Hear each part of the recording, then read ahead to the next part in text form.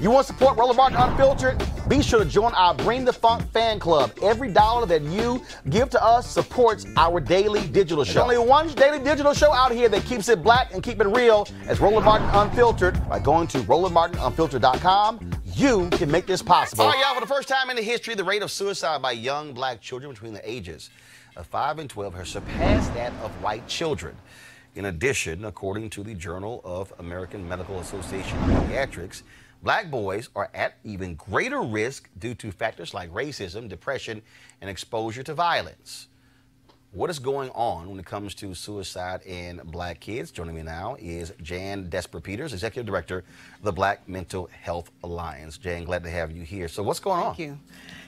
Even the publication that was put out by the American Medical Association realistically states that they don't know. They don't know why. The why is the million-dollar question. Is it because mostly white folks looking at it? I mean, they have not talked to black people? Yeah, well, that... See, this show's called Unfiltered, Jan. Right, we just cut right to the chase. Cut right to the chase. Right, this ain't MSNBC. Okay, all right. We don't consider the feelings of white folks. Don't worry about it. Okay, all right. Feelings of white folks? What that? Right. I mean, and who's also doing the research? Who's doing the research to look at these young black children between the ages of 5 and 12? The first time in 10 years in them looking at this research and seeing that the rates are double that of white children between the ages of 5 and 12, which is, you know, kind of unprecedented. But the Congressional Black Caucus also has declared this a state of emergency, and Representative Bonnie Coleman has formed a task force with other members of Congress, and then subsequently formed a work group that is that's going to be chaired by Dr. Michael Lindsay, who's doing a lot of research around black children and suicide out of the New York University. Now, is it also, I mean, do you believe also that there's more reporting? Is there more reporting of, because previously, they didn't even care what happened to black kids. Right. I think that definitely plays a part in it, that there's more reporting, that there's more of a magnifying glass on what's going on, not just with suicide, but with homicide. And so the numbers are so staggering with regard to black young people in general, but especially black males, that there is a lot of just people looking to see what's going on with our young children. I want to push back a little bit when you talk about young males, because there is significant evidence that young black women are also committing suicide at higher rates, that they're being bullied more, that all of the things that visit women, body image, etc., affect young black women. In addition to the fact that young black girls are not seen as girls, as children. Right. They're seen as women when they're as young as 5, 6, 7 years old. So what is the research showing about our girls, and what can we do about our girls? You're right with regard to the bullying piece, and the whole mean girl analogy is very real still. And that when we look at the children, the research does show that the young black males have a higher rate of incident than the young black females. And to what extent are we looking at adverse childhood experiences? So the ACEs scores for African-American kids are typically a lot higher than they are for any other demographic of young people, largely because of growing up in poverty, but in all the societal ills that come along with that, right. Having a parent who's incarcerated, having lost friends and loved ones to gun and gang violence, and all of those things help to, you know, push that ticker point up. This is a very personal issue for me because I lost my brother at 12. He committed suicide. So when I think about what's going on with young people, particularly African-American boys, and how they are handling a lot of what's going on around them. My brother committed suicide 4 months after my mom died of cancer.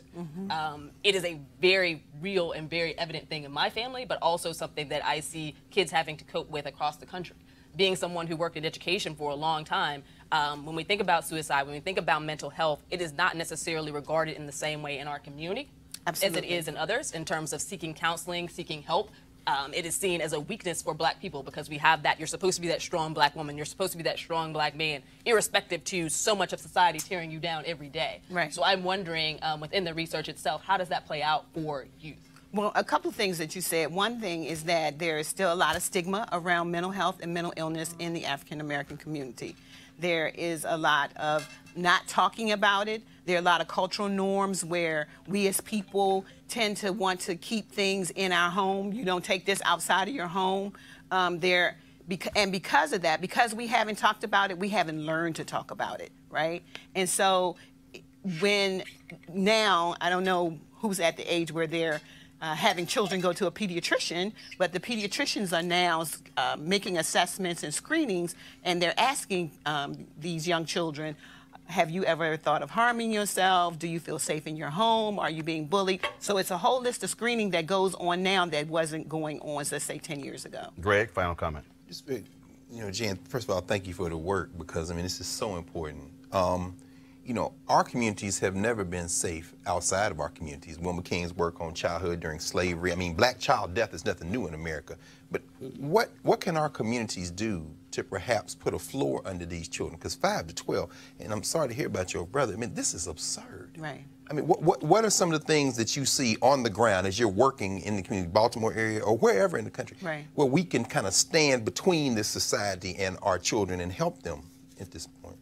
One of the things that we do a lot of work, like you say, in Baltimore, and we do a lot of work with parents, and we're trying to have them have the real conversations. So more than just the talk around what your child does if they encounter law enforcement, yes, but also the talk around what your child is doing when they're feeling a certain way, and being able to identify and name those feelings, and not just from, you know, the traditional sheet where they show the smiley, the different faces, but be able to have words that connect to their actual feelings, and then have adults pay attention to the children. We are gone are the days where, you know, children are seen and not heard. Yes. We really need to step back and create a new paradigm around that. Where should folks go to get more information if they are concerned about their child, niece, nephew, cousin? So the Black Mental Health Alliance's website is blackmentalhealth.com, or they can call our office at 410-338-2642. All right, Jan Peters, we appreciate it. Thanks so much. Thank you. Thank you all. It's so important. All right, folks, back to our Roland Martin Unfiltered video in just one moment. Hey, guys, they're back. MarijuanaStock.org has another great investment opportunity. If you were lucky enough to invest in their last crowdfunding campaign, you know they raised a lot of money in just a few months investing in legal marijuana farms. Now, those initial investors now own shares of a publicly traded company.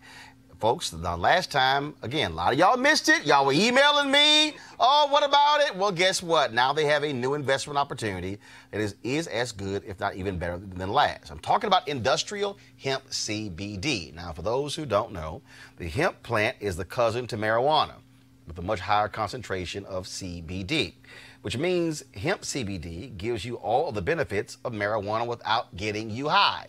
Until recently, hemp farming was practically illegal in the U.S. and heavily regulated by the DEA. However, the 2018 Farm Bill changed all of that, making it legal to grow hemp CBD in the U.S. and creating one of the largest commodities worldwide. They need land to grow all of the plants. This makes for an incredible investment opportunity, and that's where our good friends at 420 Real Estate come in. Now, first of all, they're black. I'm saying that because a lot of African Americans are not in. Now, we were hurt by marijuana laws, and now white folks are benefiting financially from the change to those very laws. Well, the business model of 420 Real Estate is simple. They buy land that supports hemp CBD grow operations and lease it to licensed, high-paying tenants. That's right, they are hemp CBD landlords. And you can get in on the action. You can invest in this crowdfunding campaign for as little as $200 up to $10,000. Like I said, I'm not missing out on this, and neither should you. You should invest. Go to marijuanastock.org, marijuanastock.org. You can get in the game and get in the game now. Now back to your Roland Martin Unfiltered video.